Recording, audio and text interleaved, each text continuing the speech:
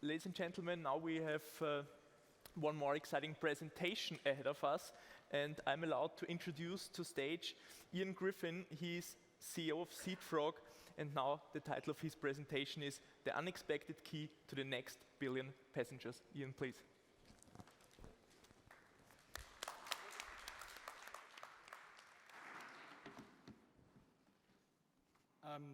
The Simpsons bombed in research. It failed every single research group that it went into because consumers just didn't like it. Months and months of hard work from Matt Groening and his team, and it just was seemed like it was the end of the road for The Simpsons. And Matt Groening had a choice. He could either persevere because he knew that there was something in it, because of course nothing like The Simpsons existed before. And thankfully he did, because he's $13 billion up, and it is the most successful TV sitcom in history. But in 2023 and in rail, we've got every single data point imaginable. So we don't need to worry about making the right decisions, because the majority of the decisions we make are already made for us. We can test everything, we can research everything, we can optimize every last euro. And if it can't be measured, it doesn't exist. So if an idea can't be supported by data that shows that you should be doing it, throw it in the bin. Because we can data our way to the perfect experience. Customer research tells us exactly what customers want. Reliable, cheaper, easy, a lot of the words I've heard today. They want loyalty points so that you win their love. And we have all the metrics, including breakage rates, to understand how many loyalty points will be redeemed to squeeze out every single ounce of value. This is exactly what customers want, right? Wrong. Because if we use data for every single decision we make as a business, we're heading down the wrong path.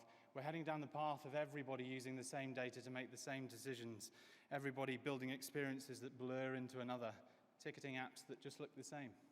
Deliver the same experience, no point of difference, no inspiration for consumers to use you. Near identical brands that are just ripe to be disrupted. Now, data is definitely perceived to be a protective blanket in how you make decisions, both for your careers, but also decisions. It can turn the lights on in the room, but it can't tell you where to put the furniture. So I think we're at a crossroads. We're banking on innovation to solve all sorts of problems, from climate change to equality. And I think the key to building an experience that wins the next generation, something we talked about last year at this conference on Zillennials, is actually using less, not more data. My name is Iain. I'm the CEO of Seatfrog, and I feel conflicted. And the reason why is because I've built a business that is built all around data. Helps rail companies think about how do they maximize revenue on every single train. But I'm conflicted because I feel the world's businesses need to change the way they make a lot of the decisions they make. How many of you sit in an organizational chart that looks like this? Don't worry, you don't need to put your hand up, it's fine. But there's a lot of you in this room that feel that this somehow represents the organization you sit in. And you know, the problem with how we make decisions today is it's inherited from the generations that worked before us. When you think about hierarchies, boxes and lines, managers and bosses, business cases, charts, quarterly plans, it all came around 80 to 100 years ago on the factory floor, when a man called Frederick Taylor saw a huge opportunity to optimize organizations based on data, science, and numbers.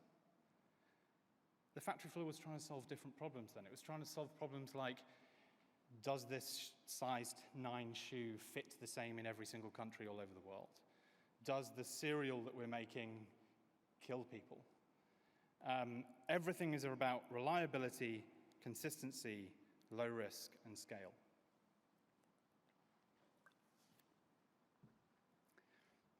And yes, running a rail network definitely requires this. Command and control, timetables, and effective operational processes. But all the other decisions you're making in your business don't need that level of command and control and data. You're not solving size 9 shoe problems anymore. And therefore, the decisions that we're making, we need to make them in a different way.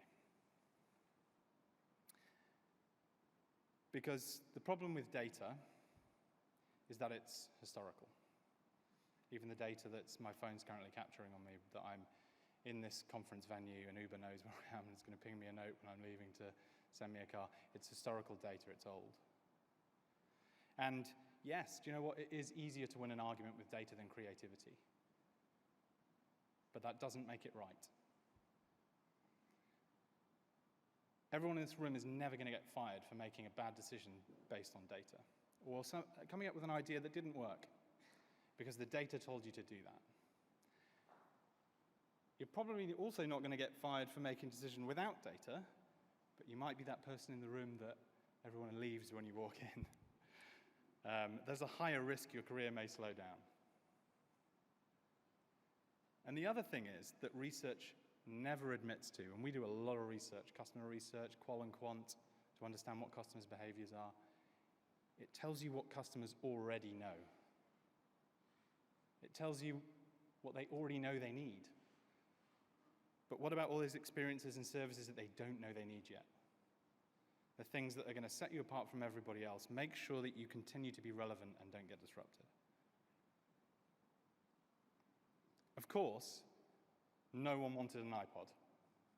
MP3 players coming out of our ears, it was the worst technology launch in the history of humankind. Yet it is one of the most successful technology products to hit the market after that.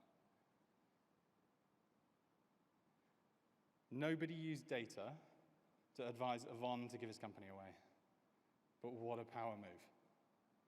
Doubled the valuation overnight. Because people believed in what he was trying to do. It's a great example of standing for something versus changing your logo to green or telling people you plant trees when they buy something with you. So when a metric becomes a goal, it ceases to be a good goal. And I'll give you a great example, which I hope everybody will appreciate in this room. I do. A politician's success is measured by approval ratings, getting re-elected, telling people what they want to hear. And so that drives a behavior to be popular rather than drive meaningful results.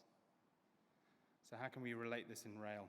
If we start to put our judgment down and focus on a metric, and that becomes our goal, then people just tend to optimize for that metric regardless of the consequences. You could take average yield as an example. Might give you a great short-term revenue boost for 6 months, but then you find after 6 months that your customer experience team is telling you that actually long-term bookings and happiness is going down because prices are too high. So that over-optimization on a proxy or an abstract goal other than an absolute principle-driven goal is really problematic for big businesses.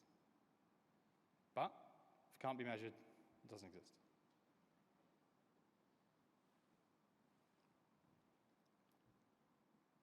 What about love? What about friendship? As transport businesses, you're trying to get your customers to love you. You're not trying to be friends with them, but you want them to love you. You want them to take your trains all the time, interact with your brands, and love the experience. And if you try to measure that, you're going to ruin it. Imagine if I went on my first date with my wife, thankfully my wife now, and I wanted to measure it when we went in. I'm pretty sure there was one more date before she realized I was a total nutcase, and that's it, no marriage. So the question we should be asking, if it can't be measured, it might still exist. Because life's most powerful forces completely lose their magic when you try to measure them. The point I'm trying to make here is that the important things in life, they just don't work when you try and measure them. Love, friendship, trust, really these should be the 3 most important goals for any successful business, because everything else follows. People love you, people trust you, and they'll spend money with you. And there's like no questions asked. And we all remember how the world works. Well, business is still in the world. We're not outside in an alternate universe. So I'll talk quickly about some tactics that I think we can do to up our game a little bit in terms of how we make decisions without data. Start establishing goals, proper, bold goals, not controlling metrics and hierarchy. Forget about individual metrics that become goals over time. Think about what is the big goal of your organization. Forget about this. Like, there are structures that have been well repeated, and I don't need to talk about it today, Amazon 2 pizza teams, all sorts of stuff to give your teams autonomy. But like, how do you charge them in a direction where they know what the North Star of your business is? A fantastic example of this is Atlassian. Business started 10,000 Aussie dollars on a credit card, became $50 billion US business within 11 years. And their only goal as a business was that. Of course, they had metrics to measure performance of selling their SaaS product. But ultimately, all their product managers, all their sales guys, everybody's making it, their decisions they're making, whether they're pricing a technology in a certain way, with this in mind, fair pricing, and making sure they get where they need to get to. And they beat everyone to it, Oracle, all the other huge companies around them. Second thing is, qual and quant research definitely provide some directional feedback from your customers, but it's not going to tell you what they really don't know they need yet. A great example is Seatfrog's business. No one knew that passengers wanted to bid in an auction to upgrade to first class. Rail companies knew they need to fill first class inventory and fill some of those 570 million seats that are travel empty every year. Amjad knew he wanted to do it, and we had a really good feeling that lots of other people would. And fast forward to today, and 1.6 million active users across all of our rail operators are absolutely in love with this product. They buy more train tickets, they travel more often, and the beauty of that is when you build a product that people truly love, you don't need to spend any money in marketing. It's zero CAC for all our customers. 1.6 million users and 3 times uplift in any revenue they've experienced before. And that comes from just finding that insight or that thing that you know that people might want, but they don't know they need yet, and delivering it.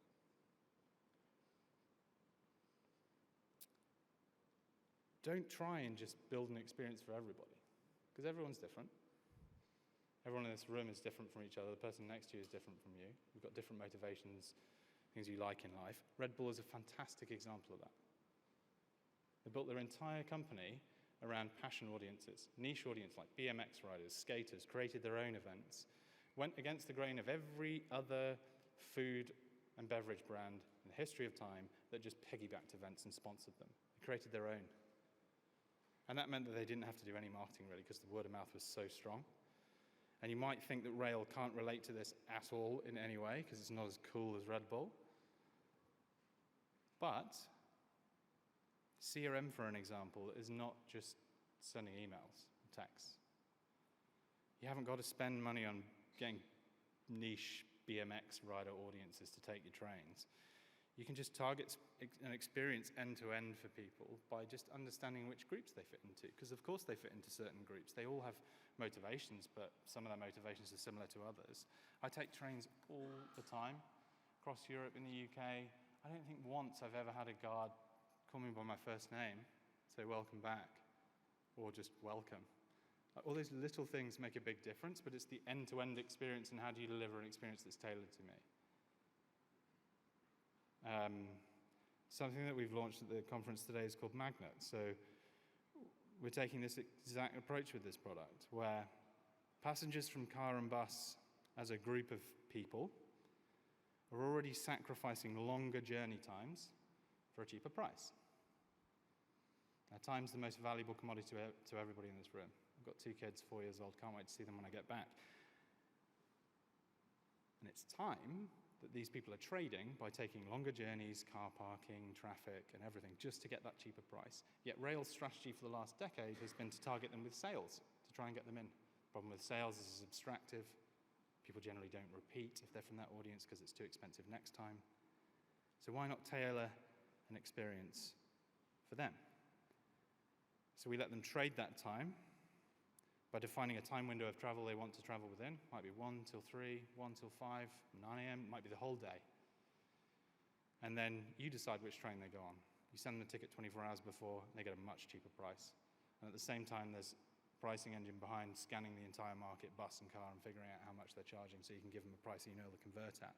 But the point is that this audience previously have been taking car and bus because trains are too expensive.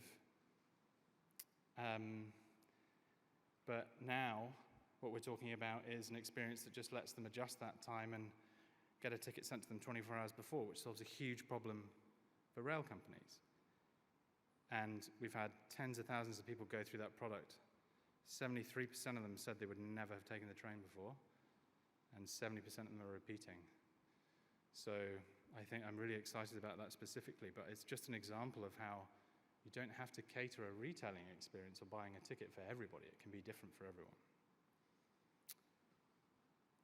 And the last one is build folklore. Imperfections and unpredictability into everything you do. Great little thing to search for is internet Easter eggs. Just search it. You'll have so many great examples of nice little holes in an experience that people hide to make people think that they've found an advantage, and then the word spreads and suddenly this brand has got loads of exposure. For me, when I look at examples of what's ripe for disrupting with folklore imperfections, is the yellow line on a platform. I mean, I've stood on many platforms and no one stands behind the yellow line still, despite it coming on the tannoy every 30 seconds. A classic example of looking at the data where every transport company is doing something, or looking at psychological data would suggest if you tell someone 3 to 5 times something over and over again, they will eventually get it. That doesn't mean they'll take action. Or you could do what Transport Australia did and launch something called Dumb Ways to Die, which amassed a colossal following, 290 million views of the video on YouTube. Rail accidents dropped by 28%, originally created as a rail safety campaign before growing into a huge brand in itself, all because they built this nice idea about there's lots of stupid ways to kill yourself, and maybe 2 or 3 of those are also to do with transport. Completely changed the game. It's just a different way of thinking about, let's not just use the data to do what everybody else does. Let's do something different. And another great example of what could be disrupted is the almost churtical halls that we go into when we take trains in terms of train stations. TWA, when they built their terminal in JFK, thought with their hearts. Built a brilliant experience in the 70s that people just loved, and the design was almost space age. British Airways, well, enough said really, definitely used data to design that terminal. But I think for me, when I think about the rail experience, even first-class lounges, you have the ability with those locations to completely change the game, maybe take a bit of inspiration from speakeasy bars and create a little bit of folklore around getting into a first-class lounge.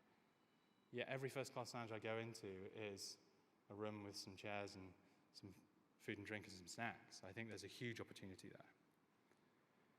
there. So Steve Jobs once said the world needs Apple. And that can come across as a really arrogant thing to say. However, he didn't mean it in an arrogant way. He meant he didn't want the world around us to be shaped by boring, uninspiring, expected brands like Microsoft, who slowly just iron all the fun out of the world. So, my lasting thing for everybody in this room is, don't settle for measured ideas. Don't settle for mediocrity. Think about making people feel something and be a little bit more extraordinary. Because the world needs you to be a little bit weird, aspiring, imperfect, emotional. Because then, you're going to be more human. Thank you very much.